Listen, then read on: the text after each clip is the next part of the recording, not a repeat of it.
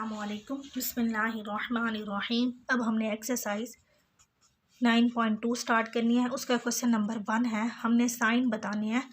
यहाँ पे कुछ वैल्यूज़ लिखे हुए हैं उनके, जैसे हमारे पास फर्स्ट है साइन 160, नेक्स्ट है हमारे पास कॉस 190 और टेन 115।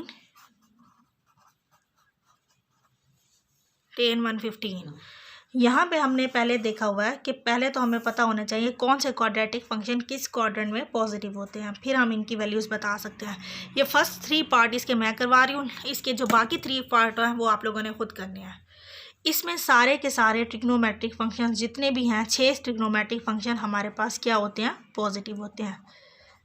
यहाँ पे एंगल क्या है, 0 से लेके 90 डिग्री तक, यानी कि जब एंगल की वैल्यू 0 से 90 होती है तो उस पे सारे के सारे ट्रिग्नोमेट्रिक फंक्शन 0 और 90 के दरमियान में सारे ट्रिग्नोमेट्रिक फंक्शन पॉजिटिव आते हैं।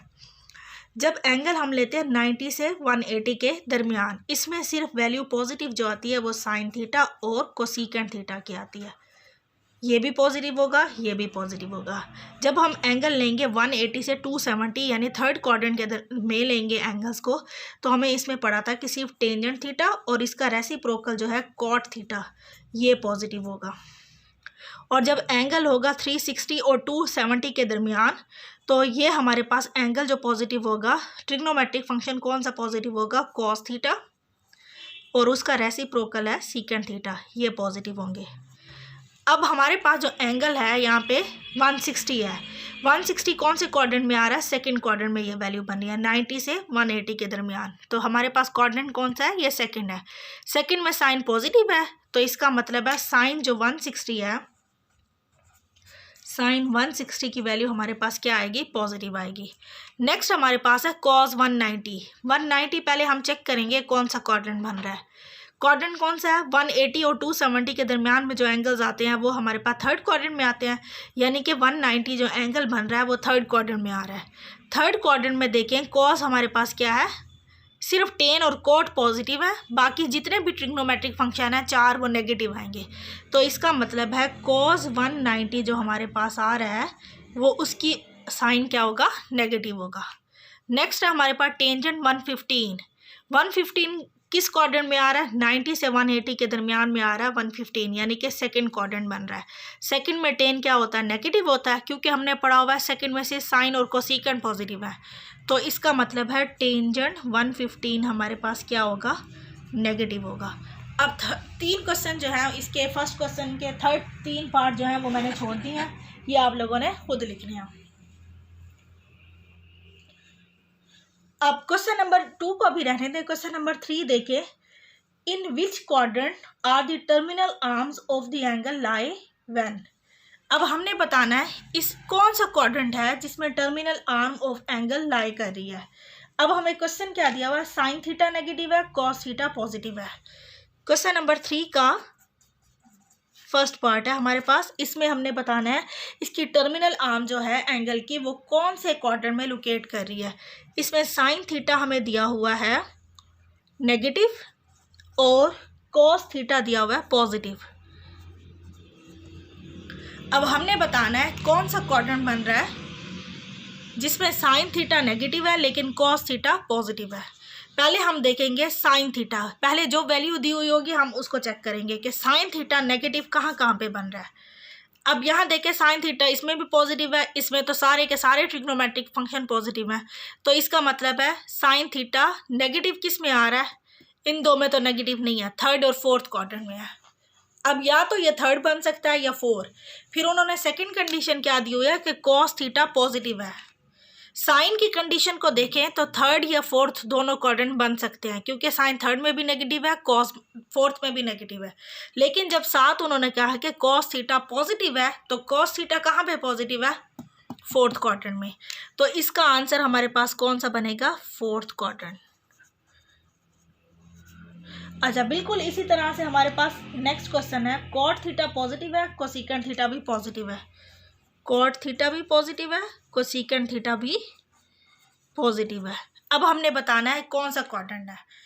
तो अब देखिए, अगर इसमें कॉट पॉजिटिव है तो इसमें हमारे पास कोसिकेंट पॉजिटिव नहीं है, इसमें कोसिकेंट पॉजिटिव है तो कॉट पॉजिटिव नहीं है, इसमें दोनों ही पॉजिटिव नहीं है, तो कौन सा क्वाड्रेंट बनेगा? सिर्फ फर्स्ट क्वाड्रेंट ही है जिसमें ये दोनों पॉजिटिव आ रहे हैं, फर्स्ट क्वाड्रेंट में दोनों पॉजिटिव बनेंगे। तो क्वाड्रेंट कौन सा बन गया? ये फर्स्ट बन जाएगा।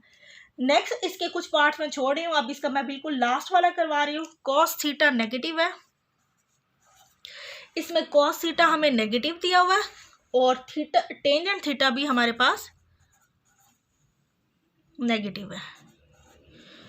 अब कॉस थीटा भी नेगेटिव है, टेंजेंट थीटा भी नेगेटिव है। पहले हम इस फर्स्ट कंडीशन को देखेंगे, कॉस थीटा नेगेटिव किस किस क्वाड्रेंट में आ रहा है। तो अगर हम इसको देखें तो कॉस थीटा कहाँ नेगेटिव बन रहा है? सेकंड क्वाड्रेंट में भी कॉस नेगेटिव है, थर्ड क्वाड्रेंट में भी नेगेटिव है। तो इसका मतलब है या ये वाला क्वाड्रेंट हो सकता है या ये। अब हम इसकी सेकंड कंडीशन को देखेंगे। सेकंड कंडीशन क्या है? टेंजेंट थीटा नेगेटिव है।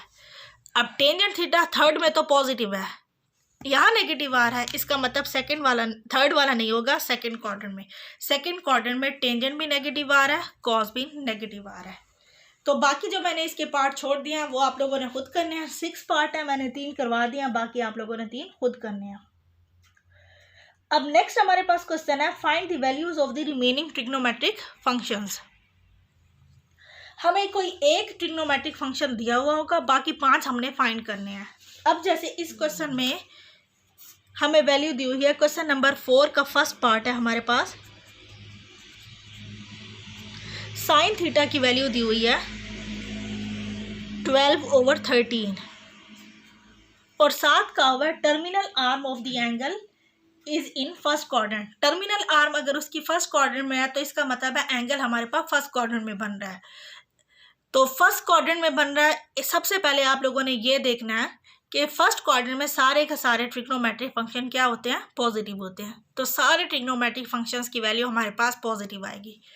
नेक्स्ट हमने क्या देखना है कि साइन थीटा आता है कैसे है? Perpendicular over hypotenuse.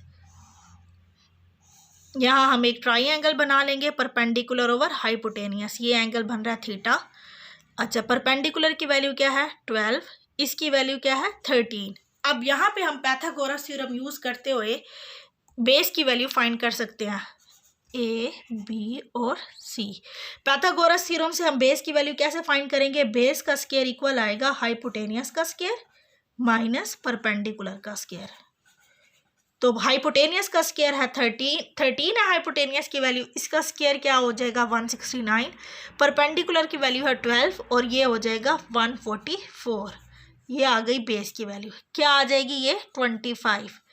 तो ये हमारे पास बी स्क्वायर की वैल्यू आ रही है बेस की स्क्वायर की, लेकिन हमें तो बेस की वैल्यू चाहिए, तो हम स्क्वायर रूट लेंगे तो हमारे पास आएगा +-5।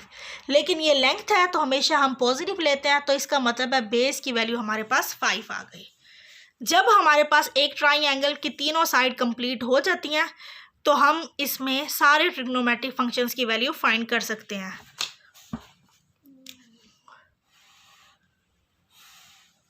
ये हमारे पास ट्राइंगल है ए बी और सी, ये हमें गिवन था, ये हमने फाइंड किया पाइथागोरस थ्योरम से। साइन थीटा हमारे पास था 12/13, इसका रेसिप्रोकल क्या हो जाएगा? Cosecant theta. कोसिकेंट थीटा क्या बन जाएगा? 13/12। नेक्स्ट हमारे पास ट्रिग्नोमेट्रिक फंक्शन होता है कॉस थीटा, वो होता है बेस ओवर हाइपोटेनियस। बेस हमारे पास है 5, हाइपोटेनियस क्या है? 13, इसका रेसिप्रोकल होगा सीकेंट थीटा, वो हो जाएगा 13/5। नेक्स्ट हमारे पास है टेंजेंट थीटा। टेंजेंट थीटा होता है परपेंडिकुलर ओवर बेस। परपेंडिकुलर की वैल्यू है 12, इसकी वैल्यू है 5। कॉट थीटा इसका रेसिप्रोकल है तो ये हो जाएगा 5/12। इसी तरह से इसका एक और क्वेश्चन मैं आप लोगों को करवा देती हूँ। हमारे पास है क्वेश्चन नंबर 4 का 5th पार्ट। क्वेश्चन नंबर 4 का 5th पार्ट, साइन थीटा की वैल्यू है -1/√2 और टर्मिनल आर्म किस क्वाड्रेंट में है? थर्ड क्वाड्रेंट में। उन्होंने कहा कि नहीं है। साइन थीटा किस किस क्वाड्रेंट में नेगेटिव होता है? थर्ड में नेगेटिव होता है और फोर्थ में नेगेटिव होता है। थर्ड में और फोर्थ में। अब यहाँ पे क्वेश्चन में क्या दिया हुआ है कि terminal arm of the angle is not in the quadrant third में नहीं है, इसका मतलब एंगल किस में बन रहा है, फोर्थ क्वाड्रेंट में। तो हमारे पास फोर्थ क्वाड्रेंट है, ये हमने क्वाड्रेंट लेना है। इसमें सिर्फ कॉस और सीकेंड की वैल्यू पॉजिटिव होगी, बाकी सारे ट्रिग्नोमेट्रिक फंक्शंस क्या होंगे, नेगेटिव होंगे। अच्छा, हमारे पास साइन थीटा की जब वैल्यू होती है तो हम कोसेकेंड भी फाइंड कर सकते हैं। कोसेकेंड थीटा इसका रेसिप्रोकल होता है, तो -√2 हो जाएगा। अब हम साइन थीटा की वैल्यू यूज करते हुए बाकी वैल्यूज फाइंड करेंगे। 1/√2 साइन हमारे पास कैसे आता है, परपेंडिकुलर ओवर हाइपोटेनियस। परपेंडिकुलर की वैल्यू 1 है, हाइपोटेनियस किसके इक्वल है, √2। हम यहाँ पे माइनस को इग्नोर कर देंगे क्योंकि लेंथ जब हम ले रहे होते हैं वो नेगेटिव नहीं आती। लेकिन अब साइन थीटा नेगेटिव क्यों है, क्योंकि एंगल फोर्थ क्वाड्रेंट में बन रहा है। फोर्थ क्वाड्रेंट में बनने की वजह से साइन और उसका रेसिप्रोकल नेगेटिव आएंगे, सिर्फ कॉस और सीकेंड पॉजिटिव आएंगे। अब अगर हम पाइथागोरस थ्योरम यूज़ करें तो बेस का स्क्वायर हम फाइंड कर सकते हैं, हाइपोटेनियस का स्क्वायर माइनस परपेंडिकुलर का स्क्वायर। तो बेस किसकी इक्वल आ जाएगा, हाइपोटेनियस का स्क्वायर माइनस परपेंडिकुलर का स्क्वायर, इसका स्क्वायर रूट। हाइपोटेनियस की वैल्यू आ जाएगी, इसका स्क्वायर लेंगे तो 2, इसकी वैल्यू लेंगे तो 1 का स्क्वायर 1 ही रहेगा, आंसर आ गया 1, यानी कि ये वाली जो वैल्यू आ गई 1। अब हम सारे ट्रिग्नोमेट्रिक फंक्शंस फाइंड कर सकते हैं। कॉस थीटा होता है बेस ओवर हाइपोटेनियस, बेस की वैल्यू है 1, हाइपोटेनियस क्या है, √2। इसका रेसिप्रोकल है सीकेंड थीटा, वो इसका रेसिप्रोकल है तो वो हो जाएगा √2।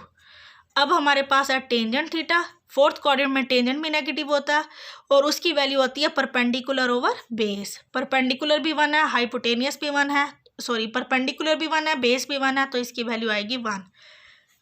और कॉट थीटा होता है बेस ओवर परपेंडिकुलर, तो वो भी 1 है, ये भी 1 है, तो इसका आंसर भी 1 आएगा। अब आप लोगों ने क्वेश्चन नंबर 1, 3 और 4 को कंप्लीट करना है, बल्कि क्वेश्चन नंबर 5 भी बिल्कुल ऐसे ही है, ये आप लोगों ने कंप्लीट कर लेना है। अब नेक्स्ट लेक्चर में मैं आप लोगों को सिर्फ क्वेश्चन नंबर 3, 6, 7, 8 करवाऊंगी, बाकी सारे क्वेश्चन आप लोगों ने खुद करने हैं।